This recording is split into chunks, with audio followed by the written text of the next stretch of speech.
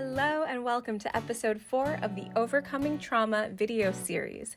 This series is grant funded by Recover Alaska, and together we're bringing you stories from local Alaskans who have overcome trauma and are here to share their hope, courage, and resiliency. Today's guest is my friend Wes Brewington. Wes became familiar with gang activity and incarceration at an early age and struggled with substance misuse for 14 years. He graduated from a long-term treatment facility in 2014 and successfully completed state probation in 2016.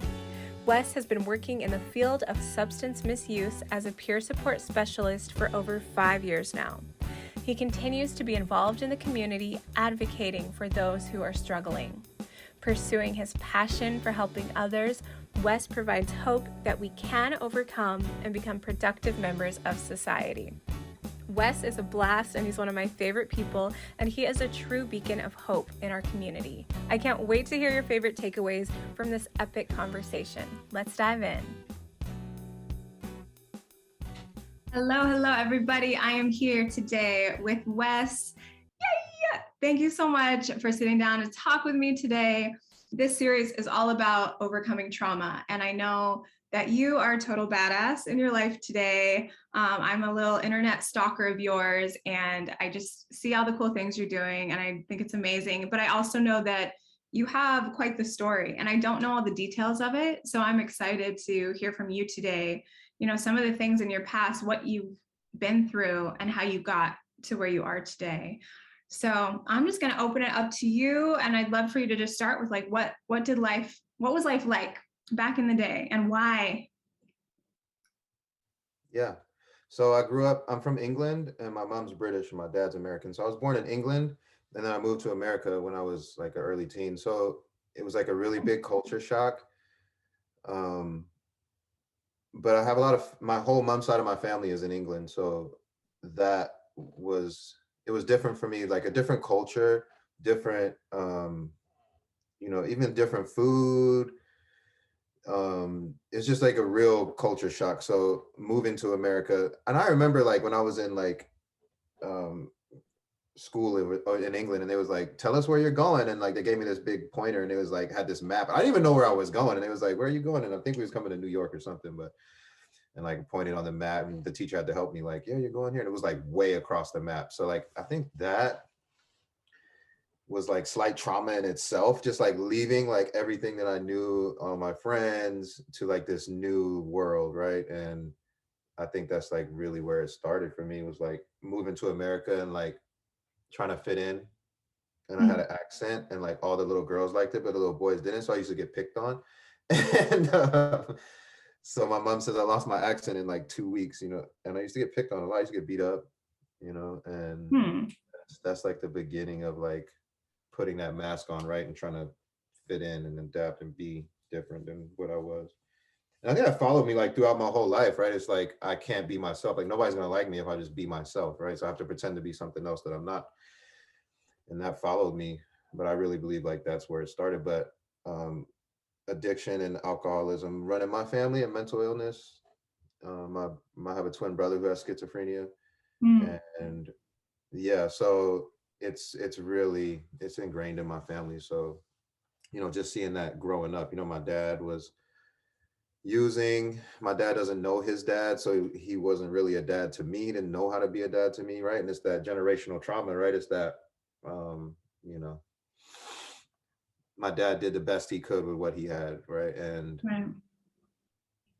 couldn't really teach me how to be a man. So like I kind of got that from the streets and the older people in my neighborhood that I looked up to that wasn't doing the right thing. Like I didn't really have a mentor. I didn't have, I had a mentor, but it was mentoring me to do the wrong things, right? And I was like, he was like showing me how to cook crack in a microwave and like how to, sell dope and like kick doors in and rob people. Like that's what I was being taught.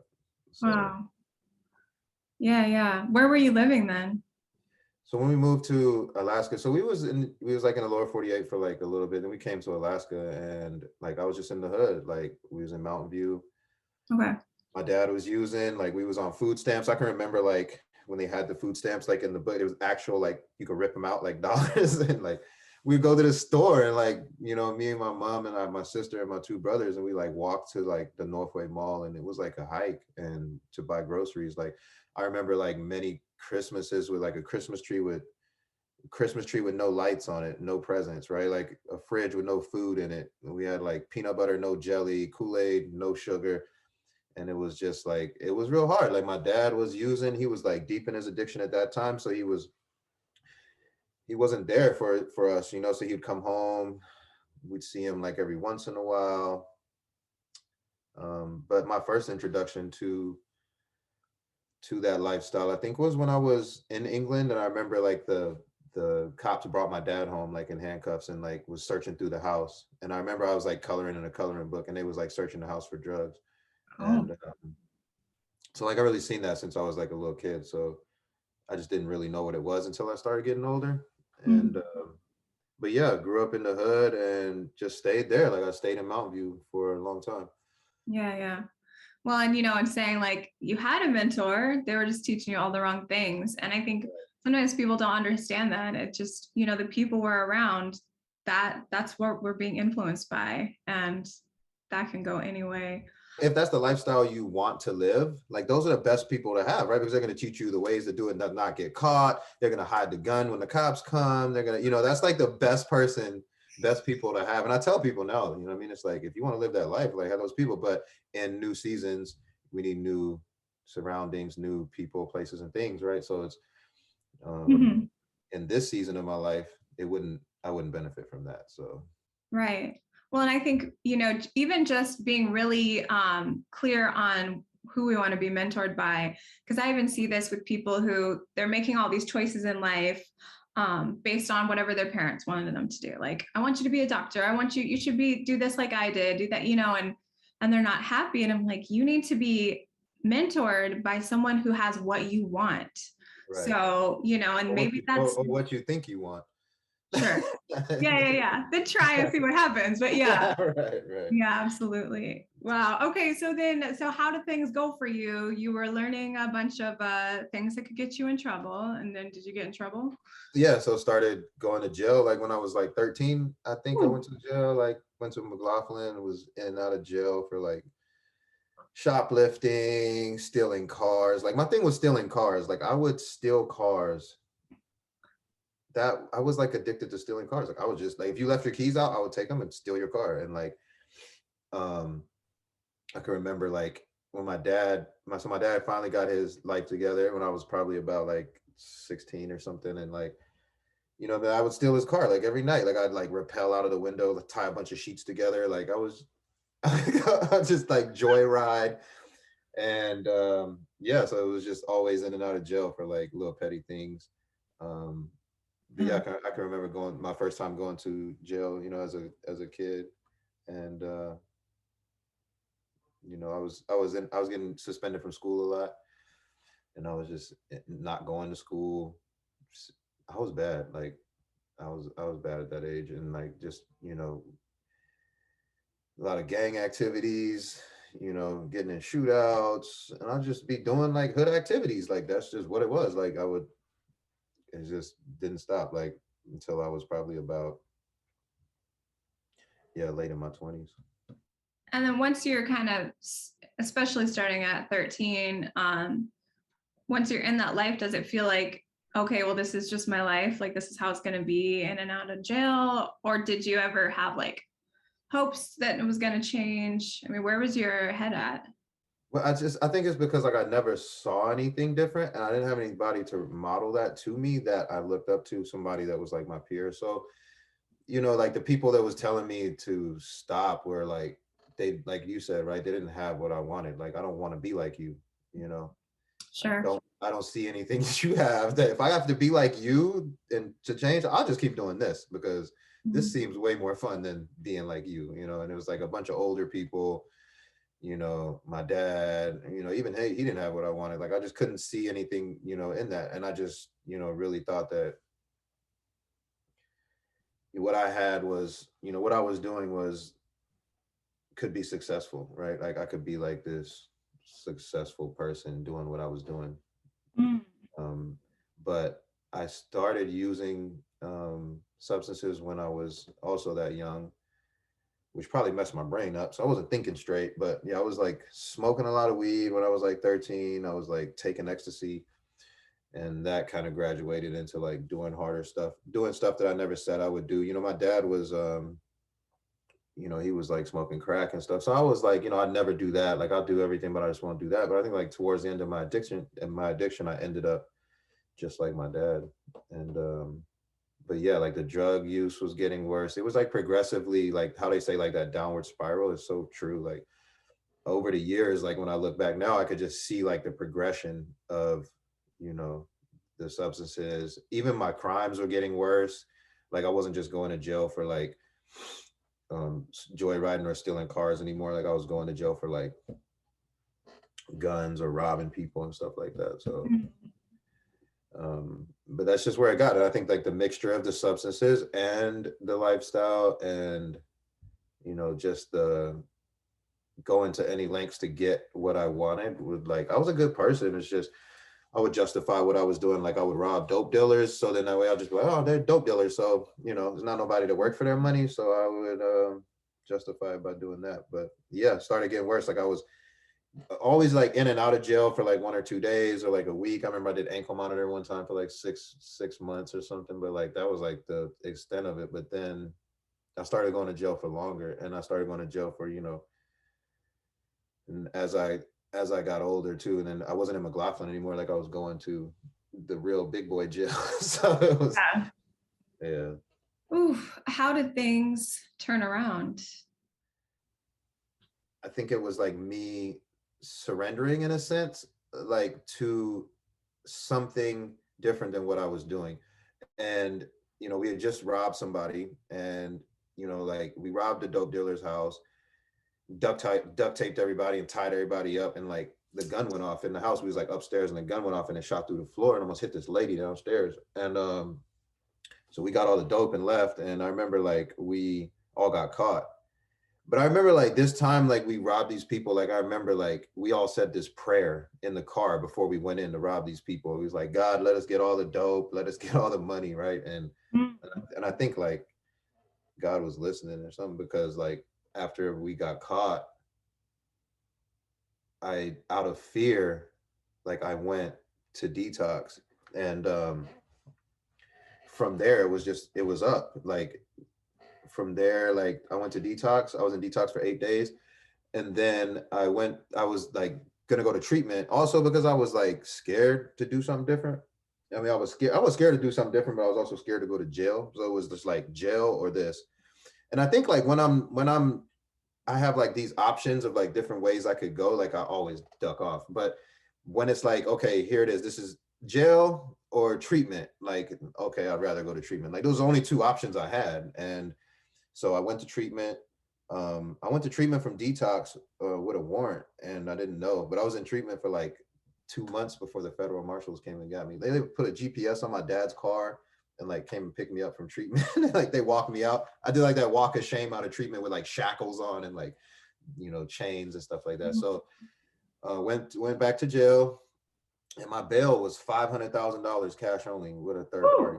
And that was like, that's when I woke up, I think, to like the seriousness of like my actions and the consequences, and like what I was in there for. You know what I mean? Like I got charged with like an armed robbery, and it was just like I didn't know how serious that was. But like when I got to jail, like they was like, dude, it's like murder, kidnapping, armed robbery. And I'm like, oh crap, like I'm really in here for something serious this time. But they let me go back to treatment, which was the best thing, because jail is not rehabilitation. And I never learned anything in jail. I never learned anything productive in jail other than how to do crimes better to get away with it, in a sense. And so went back to treatment for 14 months. I stayed there, bed to bed transfer from jail. So it was like I was getting credit for jail in treatment.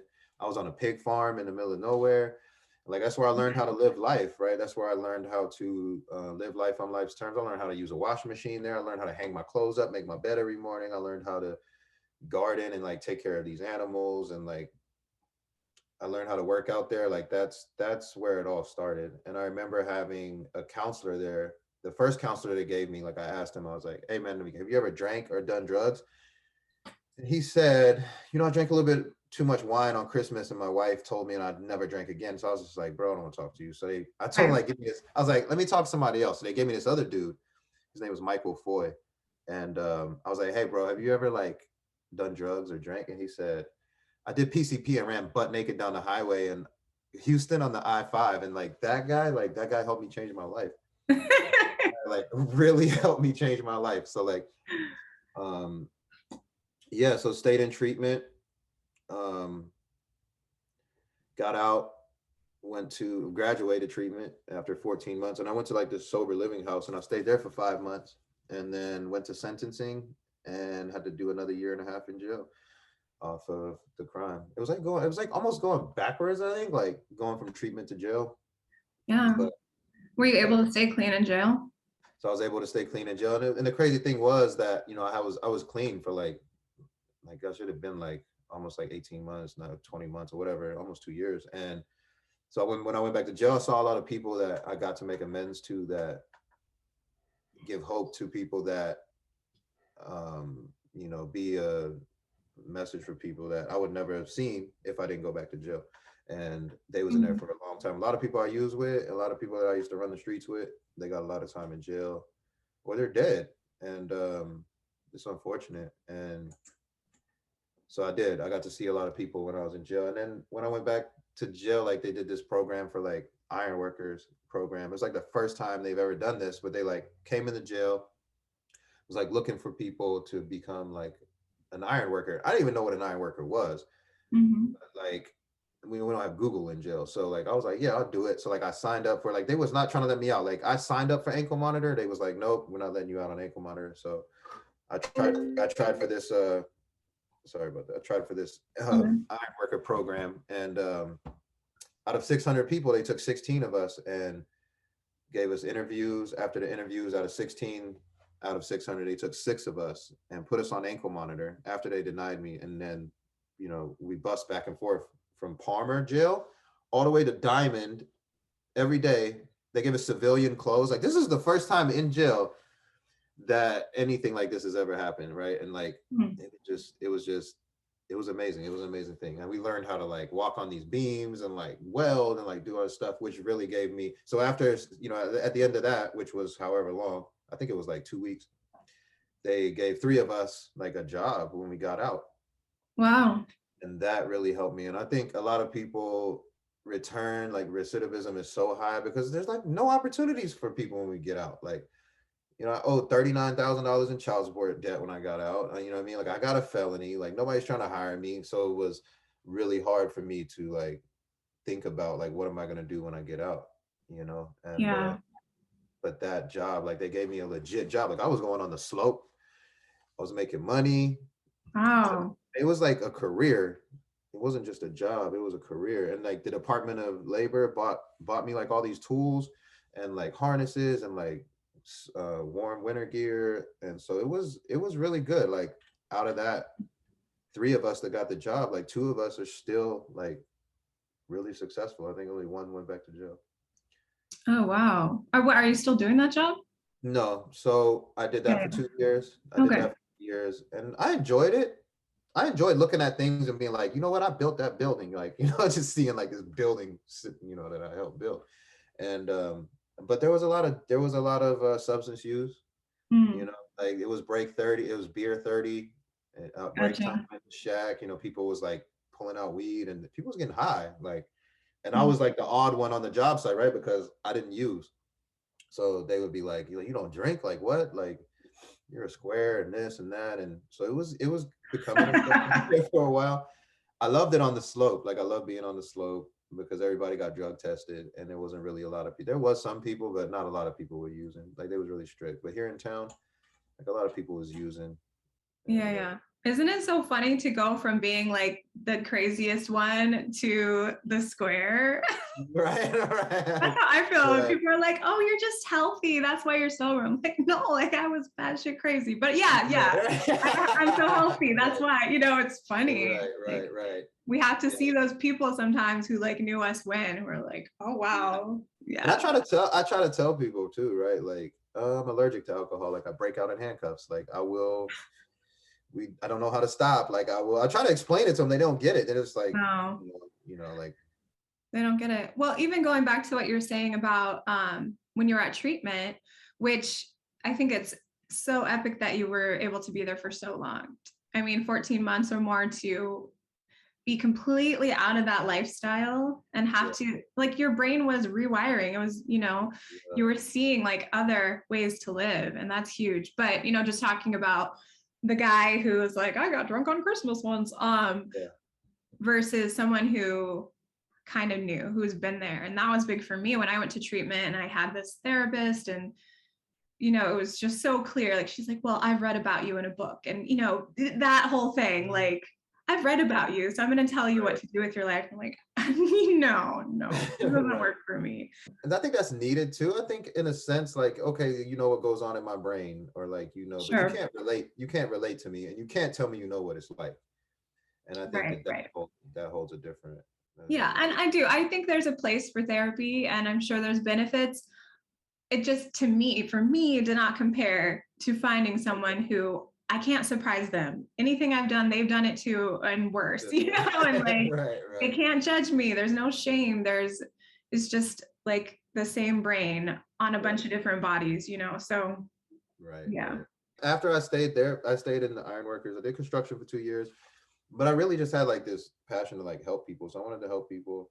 So now I got into the field of helping people, and I've been doing this for 6 years. Mm. So I became a peer, like, and started doing that, and I just loved it. Like, I just loved helping people, and I had a lot of workplace trauma from the construction. So showing up to work every day with that mentality of like, I have to do something physical was hard for me. And I was like, you just want me to talk to these people? They're like, yeah, Wes, like, talk to these people. Like, you've been through it. Like, so that was like it was like a learning curve for me. But so I was at Cook on the Tribal Council for 5 years, and I loved it there. And that's like where I really got into the community and really just started like giving back what was given to me throughout the years. And like, we travel with like the United States Surgeon General, the DEA, FBI, all these people like I used to run from, and like I'd never wanted to talk to. Like, it's like me, a cop, DEA, FBI, federal prosecutor, a judge, and a doctor, and me, right? And we're like all on stage, and it's like, it's so dope. So it's like, Wow. and they tell me to like go last. They're like, Wes, we want you to talk last. We're talking to kids, right? So it's like high school kids, and they're like, Wes, we want you to talk last. And I mean, like, that says a lot, right? Mm-hmm. And I just love doing that. Like, I love being in the community, sharing my story. Like, I'm an open book, and like I love talking to kids, because that's where it started for me, right? It was like in high school, and like I think we had like the DARE program. It was that's like all we had. Like, we didn't have right, hugs, not drugs, kids. Yeah. Okay. Yeah. We didn't have anybody to come in and talk to us that was like my age, that was like cool, and like, yeah. So I love doing that with the kids. And then like I was working with adults, and then I was like working in the treatment center. And like when the first person got up and said like, yo, if Wes wasn't here, like I would have left. Like, he gets me, you know what I mean? And then like seeing people just like, watching people go from like, this just a stalk, just withering and dying, doesn't even have any petals on it, to like, blossoming into this beautiful flower. It's a beautiful thing. And it reminds me so much of me. I see myself in everybody. I'm super overpaid where I'm at. And I do it for free. Like, I love people. Like, I love talking to people that are just like me, that are going through it. I feel like I haven't worked a day in my life in like the last like 5 years, because like I love what I do. Like, I truly love what I do. I love taking pictures. I have a studio downtown, so I love doing that. And I love helping people, and like both of my jobs are my passion. And oh, that's amazing. That is. Wow. So how long have you been clean? 9 years. Woo! I just celebrated 9 years on Sunday. And like I really stopped. Like, I didn't post anything about it. And like I really got to this place to where like, okay, like 1, 2, 3, 4, 5, okay.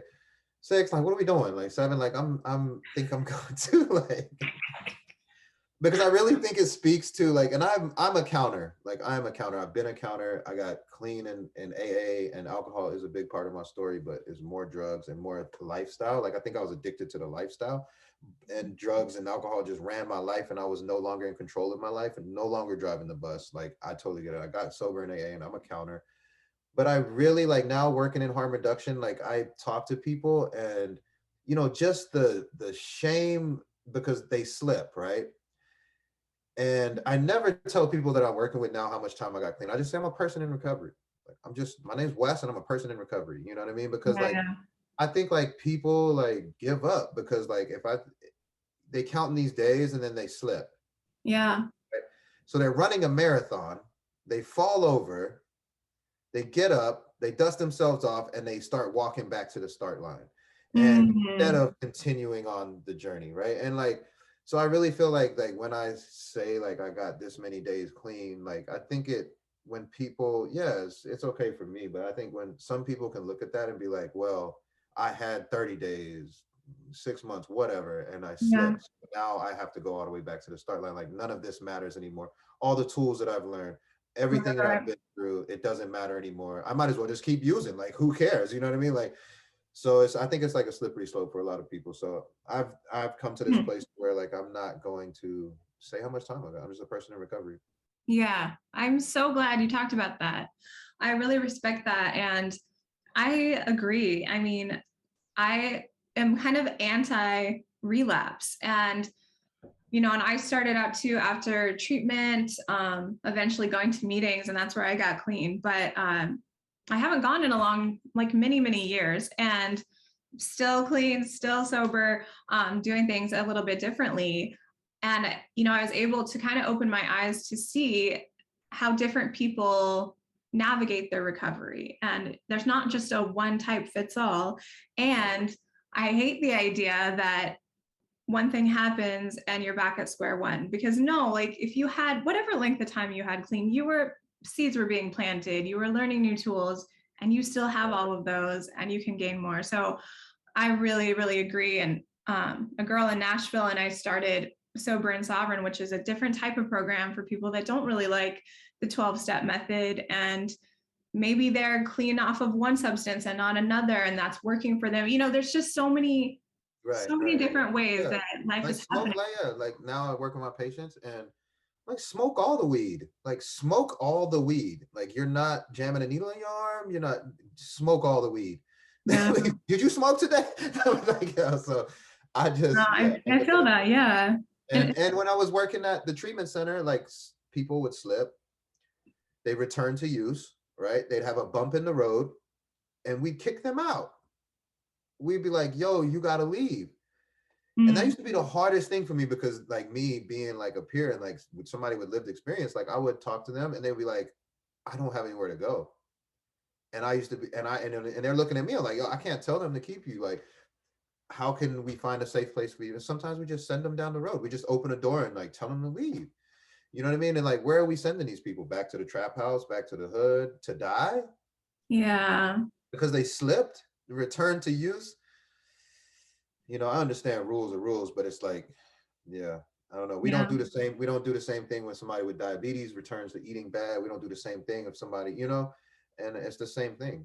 And it's a lot of stigma around addiction. And it's like when somebody returns, it's like, oh my God, he's using again, like it's over for him. Like, chill.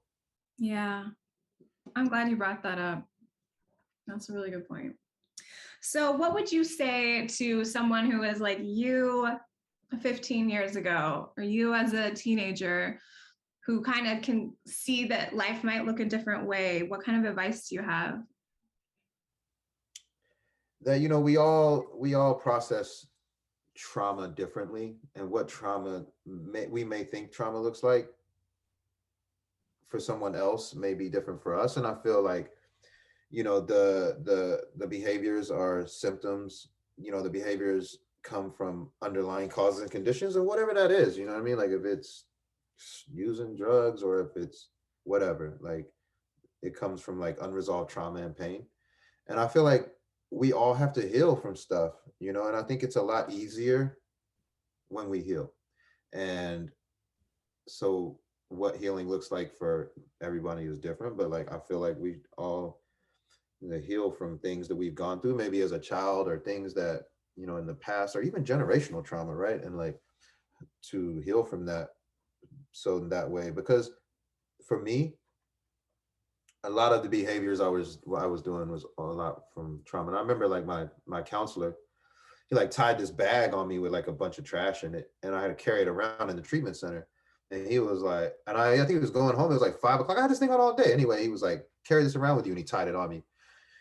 So I was like, yo, like, where are you going? Like, can I take this off? And he was like, you could have took it off when I put it on. That's your baggage. You want to carry it around. And I was like, yo, like, so like that really like opened my eyes to like Oh, stuff that we carry around, right? And this bag that I carry around. So I had all these reservations when I was in treatment. And, you know, I'm going to do this, but I'm not going to do that. I'm going to drink this, but not that. And by the time I got out, after I worked on all this bag, like I didn't want to use anymore. Like I didn't want to go back to the hood. Like I just wanted to try something different. Getting around people that, like you said, have what you want, right?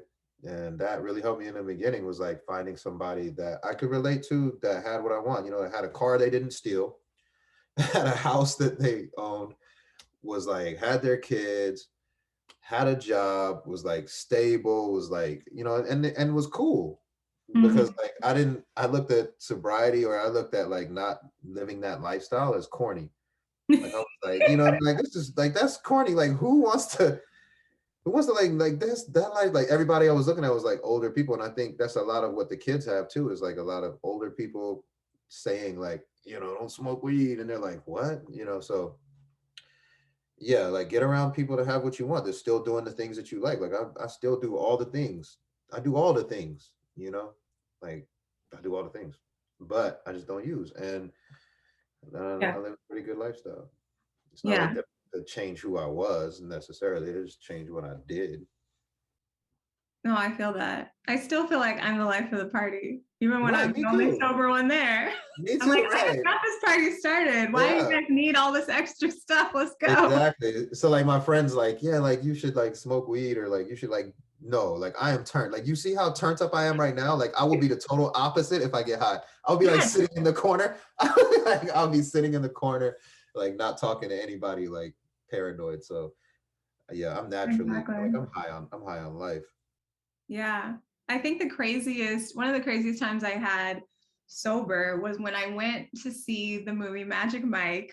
I don't know if you've seen it. It's a bunch of guys doing Yeah, their yeah, thing. yeah, yeah. And I went with a group of women from Narcotics Anonymous. And this was the most rowdy movie theater experience. I mean, just screaming, hollering, like making, and no one kicked us out. Everyone thought it was hilarious, you know. But I'm like, okay, like maybe I can live this life, you know. Everyone is Yeah, having yeah, yeah. this is the most fun like I've ever had, you know. So Right, yeah, it's you still have your personality. You're still this person. And I right. also think that the kind of one track mind that people with addiction have can be funneled into amazing things and give Yeah. us like superpowers that Yeah. other Yeah. people they just don't have it. Oh yeah. I mean, give it a year, right? Like, and I think in the beginning it was like I sat down and I was like, I'm gonna give this a year. I'm gonna put everything. If whatever they tell me to do, they tell me to go outside and stand on my head in the rain, I'm gonna go outside and stand on my head in the rain. Like I'm gonna do everything. Like so when I was in treatment, like we were shoveling like pig stuff, and we was like doing the most, right? And people would be like, I ain't come here for this. I'm going back to jail. I'm leaving. Like, I don't want to do this. And I used to tell myself, like, I put myself here. I'm going to try this for you. I'm going to do whatever they tell me to do. And that got me far. Like, just accepting my situation, doing whatever they showing up, suiting up and showing up, even when I didn't want to. Like, I just show up. And I did it for a year. And I was like, if my life's not different in a year, if I don't feel better, if, you know, things are like I could always go back to doing what I was doing. So, Right. Oh, that's so funny. That sounds exactly like what I tell people. Although there was not any pig shit, but I wish there were pigs in my story. No, but I had the same thing, and I'd relapsed a lot and kind of faked it for a while. And when it finally, I was like, I'm gonna lose everything if I don't change my life. And that was the first time I went to a meeting and like hung my head. I didn't hug anyone and pretend to be happy like I usually would. Like I used to go to meetings, hug everyone, and then go to the bar right after. Like it was not for me at all. And So when I decided to try something different, I was like in a hoodie, arms crossed, back in the room, like crying or just not talking. And but I knew, I was like, I'm gonna do whatever. And I went to women's only because I was like, I'll get distracted by guys. Like I need to do everything that it does not come naturally. Like I'm gonna do the opposite of my first thought. I'm gonna be super uncomfortable because again, I can, and I did the same thing. I had a 1-year thing in my head. I'm like, I'm gonna do whatever these ladies tell me to do for 1 year. And if I don't like my life anymore than I do right now, like I'm just gonna go back. And thank God, I did it. And I was showing up every day and I was making coffee and I was talking to these girls all the time, and getting super, super uncomfortable. And I even started noticing too that like I would look around and go, okay, these women are complaining about the same exact problems every single week. Yeah. These ones are not. They've got new stuff. They're more joyful. What's the difference? Half of them were doing the work, like in workbooks, answering questions, working the 12 steps, just doing way more inner work, and the other ones weren't. And, so I just kept like, okay, I don't want to be complaining about the same stuff next week. I'm going to do what they're doing. So I just really dove into a lot of healing, and it works. It works. What do you do? What do you do now? And when you feel like you're getting complacent, or when you have triggers, do you still have triggers?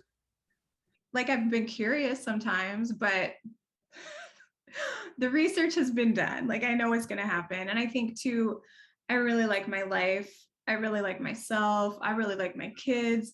And so anytime I have that inkling of like, oh, what would it be like to, take a shot right now or something, it takes less than a minute for me to play it all through and see what's going to happen. And I feel like just the fact that I don't even know what would happen, that's evidence enough that it's not the right time.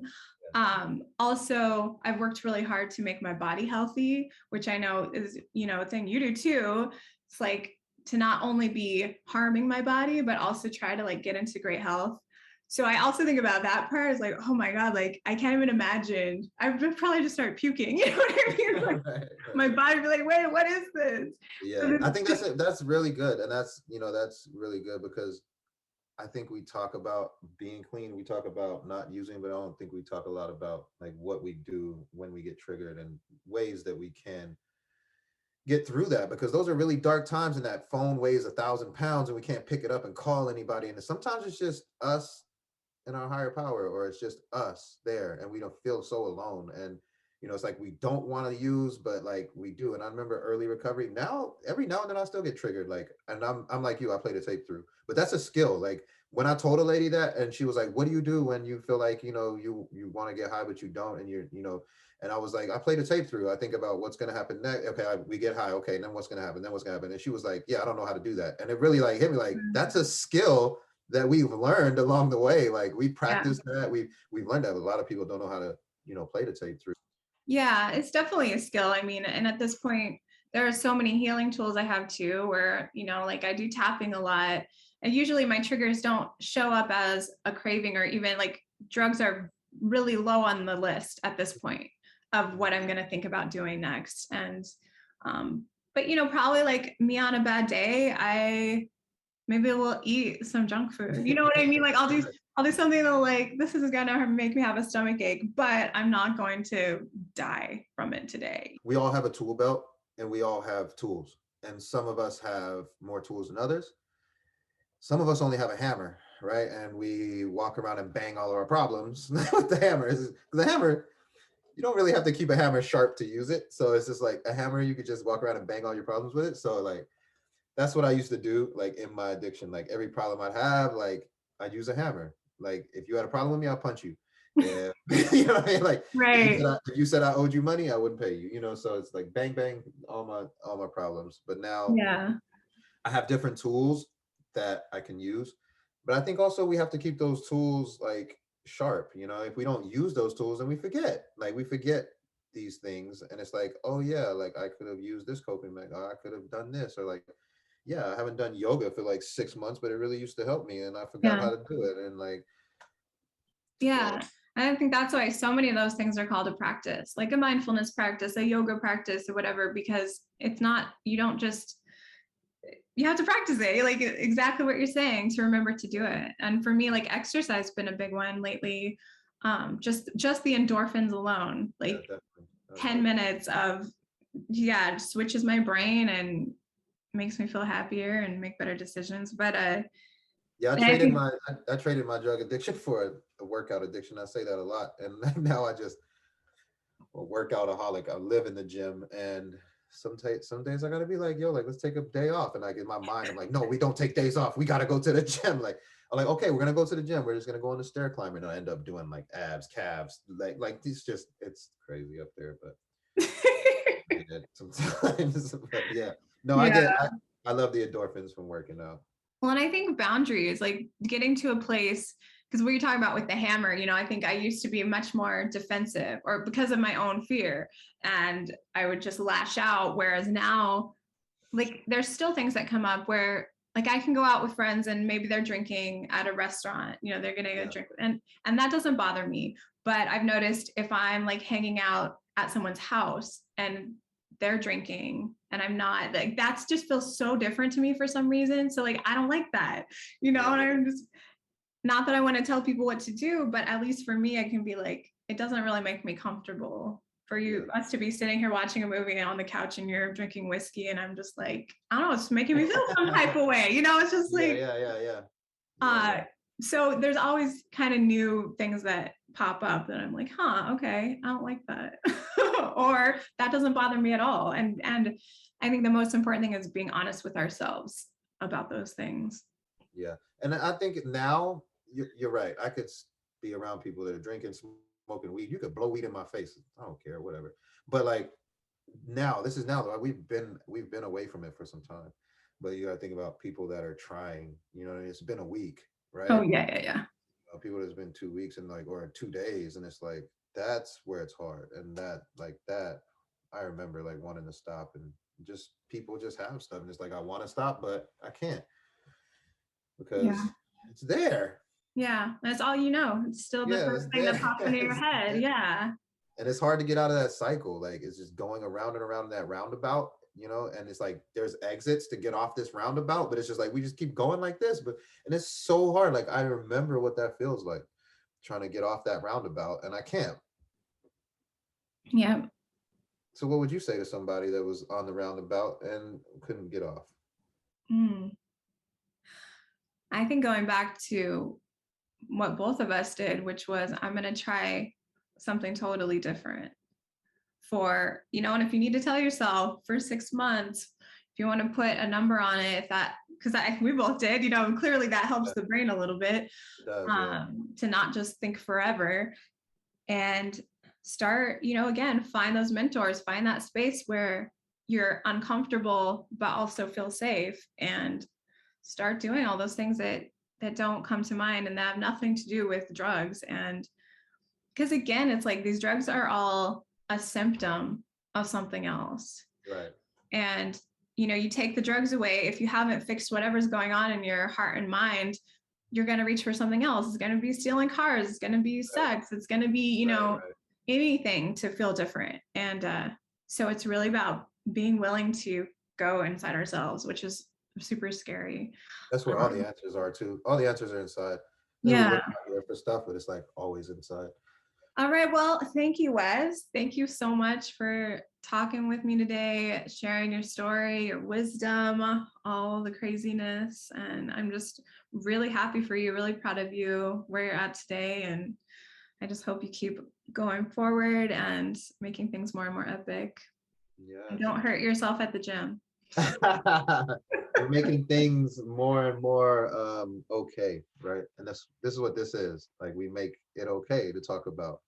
Yes. Because there's the stigma, the person that uses is like a piece of shit, or like this dirty person under a bridge, or like this person that that we're getting rid of that, and we're eliminating stigma, and we're talking about it, and it's okay to do that. And that's all I want people to know is like talk about it.